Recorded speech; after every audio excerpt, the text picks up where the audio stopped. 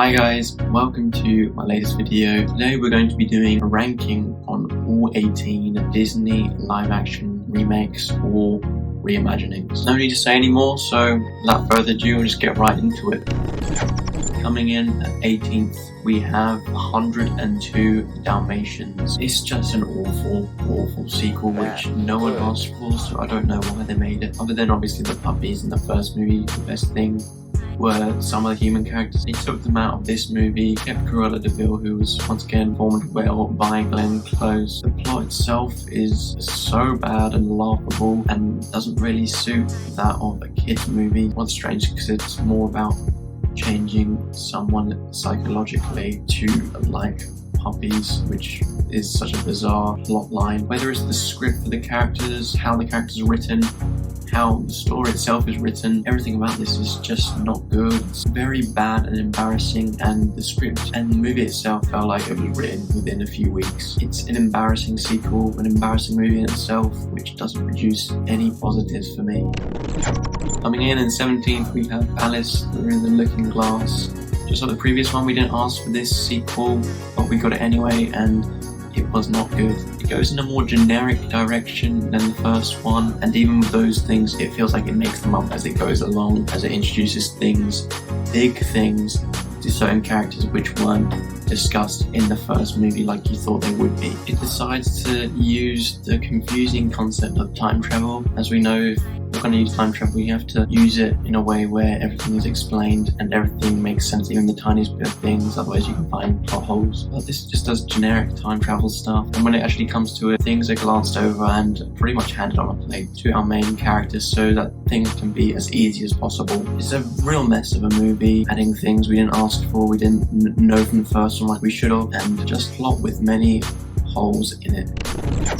Coming in at 16th, we have Alice in Wonderland. This is the one which came before Alice Through the Looking Glass, and it's not much better, to be honest. There is a huge gap between quality of this one and the previous entry, but still, it's not a good movie. The source material, as we know, is very odd, but the way it's done in this movie in live action, there's a lot of CGI, so that in itself feels odd, not in the way that they would have wanted. It went in different directions at some points than the source material had gone, just so it could be more cliche and appeal to more people, as it's showing stuff that's already happened in previous movies. But just an odd movie in terms of what they were going for, yes, odd, but also the way it's made, heavy amount of CGI, it's not a fun watch.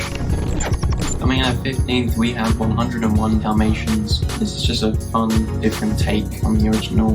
Puppies can't speak in this like they can in the animated movie. When they've had to use the CGI on puppies, it looks very bad, so they just went for more simple things, more practical stunts with them, which is pretty good. But overall, this movie is very campy. It can be very cringy to older audiences, but I'm sure the younger audiences would love this one like I did when I was much younger, whereas now that I've viewed it, I found it very cringy, hard to sit through. When it ends, you felt like that was when things were just getting started with what it was going for, but no, it ends very anticlimactically. Glenn Close does a great job of Cruella de Vil, even though the way she is written is very cheesy and over the top. Coming in at number 14th, we have The Jungle Book 1994. When you say Jungle Book, you mainly think of Mowgli with Baloo, you know, just good old friends.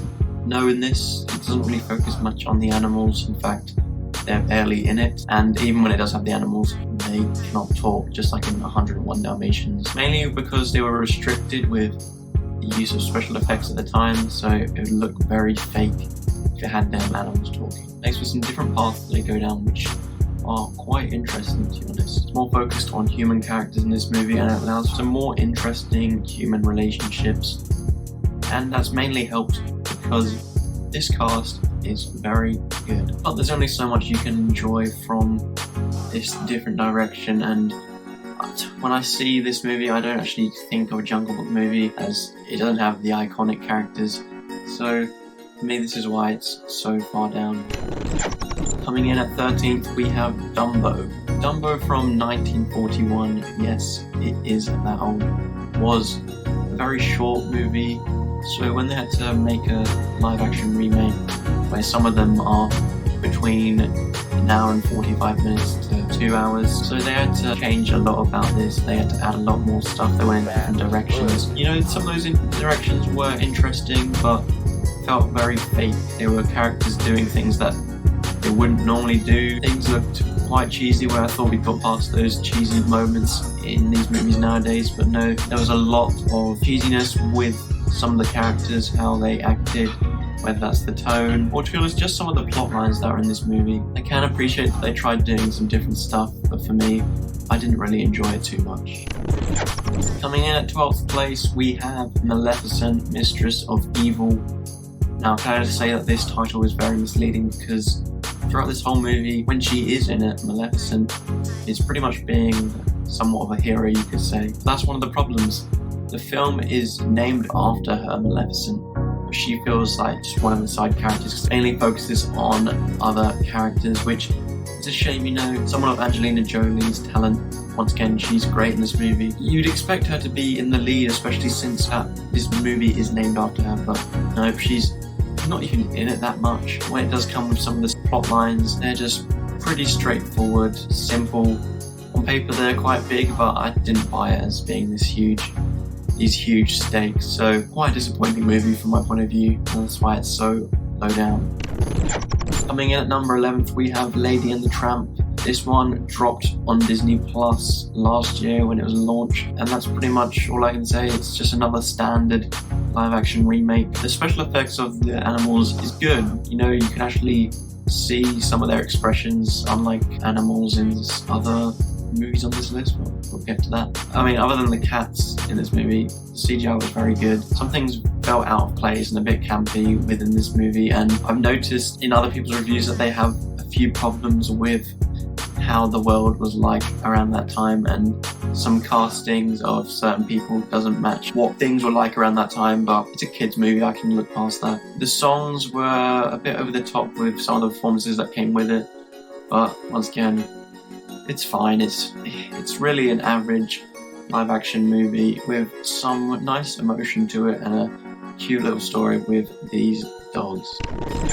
Coming in at 10th place, we have Mulan, the latest movie, which is the reason I'm making this list. I've talked about this loads on my channel already. I've made a Mulan review, which I'll leave a link up to in the corner here, and I've also done a Mulan ranking, which I guess I'll also leave something up there for you if you're interested in that. I respect that they went down a different path, so it's not a direct copy of the animated movie. It's more traditional to its origins before it became a Disney property, but without Mushu, it doesn't really have much flavour. It's quite bland in that sense. It's quite a, I guess you could say, a dark movie for Disney. It doesn't have that comic relief character like the animated movie had. Things got silly with some of the new things they added in, especially the witch. Her motivations were very unclear from the start, and at the end you found it quite silly. So yeah, just a very bland live action movie, one that won't really be remembered in a few years' time. Surprisingly, up this high, in number 9th, we have The Sorcerer's Apprentice. This one isn't really a remake, it's more of a reimagining, as they say, and I actually really enjoyed it. The way they used their magic I found very unique. You know, it's different to what we've seen, and I like that it was set in a modern day city. Well, it's modern at the time. The cast was brilliant, especially Nicolas Cage. He fully went for it, and I had a great time, as did Alfred Molina. As it is a kids movie and there's romantic elements in it in modern day life, there are some cringy moments, but you can look past them. But there's still a lot of fun to be had here with all the magic and all the uniqueness that comes with that. So everything mixed together in the modern day magical elements, it just made for a very fun watch. Coming in at 8th place, we have Cinderella. Now, some people regard this as the best live action remake. I thought it was alright, pretty much a carbon copy of the animated movie, but it does lend itself nicely to a live action remake directly, as there isn't too much which is a bit off. You know, maybe the pumpkin chariot, that might be weird, but no, all of it is pretty much good. There's nothing wrong I can really pick out with it. Maybe sometimes they kept focusing on these CGI animals too much when it didn't need to be, especially since they didn't have any dialogue. But I thought everyone in the cast did well. You know, at the time, these names weren't as big, but they are now. But yeah, I enjoyed it. However, I don't think it was as amazing as everyone else had raved about it, but still a good movie and a good live action movie. Coming in at 7th place, we have Maleficent. Now, this is where we got to see Angelina Jolie as the first time as Maleficent, and she did not disappoint. Truly great performance from her, like we're used to. This is another reimagining rather than a remake, so it's interesting to see perspective of the so-called villain. Even though this movie becomes more of an anti-hero and we get to learn about her a bit more. The plot is fairly straightforward, we've seen it before, but I think it's executed pretty well, so it's hard to really pick out many things from here. I surprisingly enjoyed a lot more than I thought I would when I first watched it, but here it is, in at number 7. Fairly enjoyable movie. Coming in at 6th, we have Christopher Robin. This is one of the more weirder ones on here, you could say more unique ones. Ewan McGregor does a great job, as we're used to all the time. Such a great actor, this guy. But the standout for me in this movie was the return of the old voice cast from the original cartoons, Winnie the Pooh. That in itself warrants a spot high up on this list. Watching it took me back to my childhood, back to my younger years of my life, and the fact that they were involved with some very emotional stuff was very powerful. I don't know whether it was powerful in general or just because it was these characters doing it. I found it a very sweet movie, and the CGI, although sometimes it can look a bit creepy, I thought was quite good. So a very different movie, especially amongst this list, but like I said, a very sweet movie. Coming in at 5th place, we have Beauty and the Beast. I saw this 2 days in a row when it came out in cinema, not because I really loved it the first time, I just watched it on its first release and then my mum wanted to see it for her birthday, so I've seen this quite a few times now, and I wasn't a big fan of the music, but the way everything else is executed, I actually had a good time with it. I like the tone, the emotion displayed. Some of the CGI can look a bit odd with moving teacups and this weird looking beast, but I guess that's the point of it, isn't it? I think the cast did a great job, especially Luke Evans. I really like him as an actor. You've seen him in a few things before, like in the Hobbit movies. I think he deserves some more recognition, so I'm giving it to him here. A good performance from Luke Evans. But once again, this is another solid remake of a Disney property. Now coming in at 4th place, we have Pete's Dragon. I think this is one of the more underrated movies on this list. I knew about Pete's Dragon. When I saw that it was amongst this list, I watched it for the first time. I was like, oh, maybe it's forgettable because it's not that great, but I found this very enjoyable movie. It took me a lot by surprise. It has this very sweet relationship between Elliot, this dragon, and this boy who pretty much part of his family now. And also this movie makes some of the humans very unlikable. It makes you hate your own species. There are some great performances in here. One, just like I've said many times on this list, that's one of the more consistent parts of these movies, and it just tops off a very sweet story, and as I mentioned, very underrated movie in this list. Coming in at 3rd place, we have The Lion King. Now, I'm very aware this is probably my most controversial pick on here, but I want you to hear me out. I wasn't a huge fan of the songs, some of them were good, but some of them felt over the top or weren't in the right key. I can really understand how people didn't like how the animals didn't have any expressions. Yes, that did take away some of the emotion for me, as you couldn't really sense it on their face, but I still really enjoyed this movie after all. The Lion King animated movie is one of my favourite animated movies of all time, so seeing it put onto the big screen in what looks like with real animals, even though it's CGI, is a great accomplishment.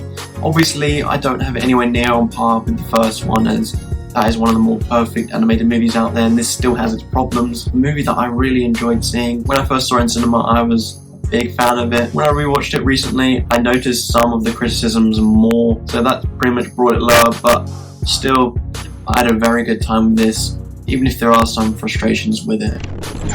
Coming in at 2nd place is Aladdin. This is the one I watched a few days ago for the first time, and I really enjoyed it. For me, it feels so much like an animated movie. Will Smith does a great job as the genie.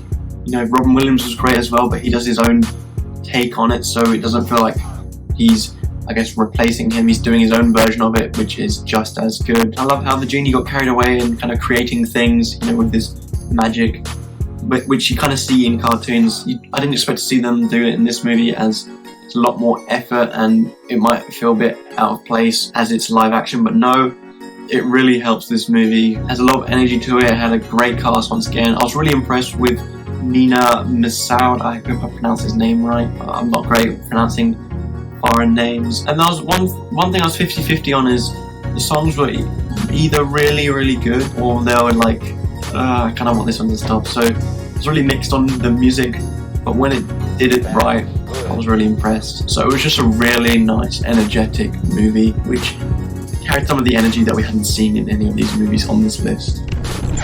But you know what that means? Coming in at first place, we have The Jungle Book 2016. I just had a great time with this movie. Although everyone pretty much knows the Jungle Book story, it's told in a way which feels very fresh, you know, different but the same. Our beloved songs, they were different, but they were still very good, you know, they were told in their own way. CGI was absolutely superb. All the animals, just like in The Lion King, obviously this one came first, it looked very great. The voice cast was fantastic, maybe one of the best casts in this whole list. And because there was a lot of CGI used, a lot of praise has to go to Neil Sethi. I hope I pronounced that right. Such a young kid, he hasn't been in too much at the time, to give a really convincing performance, to deliver on that front whilst working with pretty much green screen the whole time. You know, the characters kind of be green screens, and then the characters aren't real, computer generated, then added their voice in afterwards. So he pretty much was working by himself this time, with just everything green screen. Maybe some scenery was changed as well, but yeah, a lot of praise has to be given to this young boy. And on top of that, a well-executed story helped deliver some emotional moments on this. And yeah, that's why this is number one on my list. Thank you so much for watching this list. This one came a bit later than I thought. I was hoping I would have it a few days out after my Mulan review, or when Mulan actually came out. But I've moved house recently, so there's been a lot of reorganizing, and now I'm back at college, so I've been very busy, so I haven't been able to get as many videos out as I would like. So I'm still kind of working on how things will be set up around here. As you can probably see on screen, I'm gonna chuck up my ratings for each film if you missed it when I was going through each and every one of them. So please let me know what your list would be in the comments. I'd like to see that, and it'd be really interesting. And yeah, I hope to see you in my next video.